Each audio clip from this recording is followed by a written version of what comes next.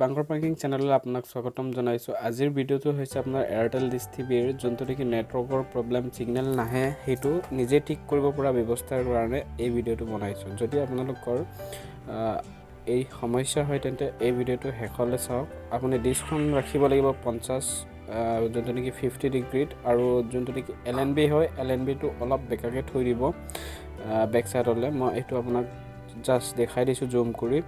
তাৰ পাছত আপুনি লাহে লাহে মুভ কৰিব দিয়ক পশ্চিম আৰু দক্ষিণ চাইডলৈ।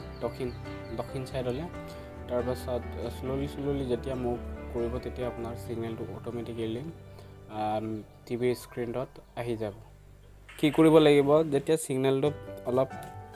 ছিগনেল পায় তেন্তে আপুনি শ্ল'লি মুভ কৰিব দিয়ক।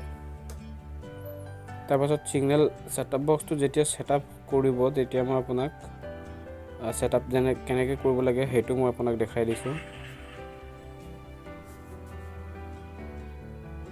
সেইটো 50ত ৰাখিব আপুনি ডিছখন।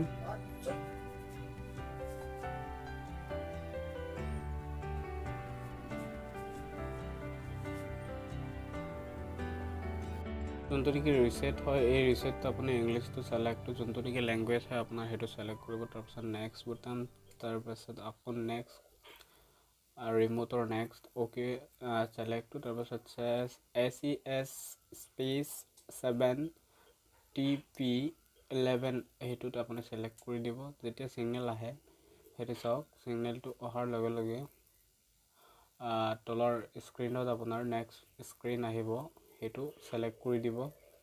আপোনাৰ অট'মেটিকেলি হোম মেনুটো আহি যাব আৰু ছিগনেল চালু হৈ যাব। মই ভিডিঅ'টো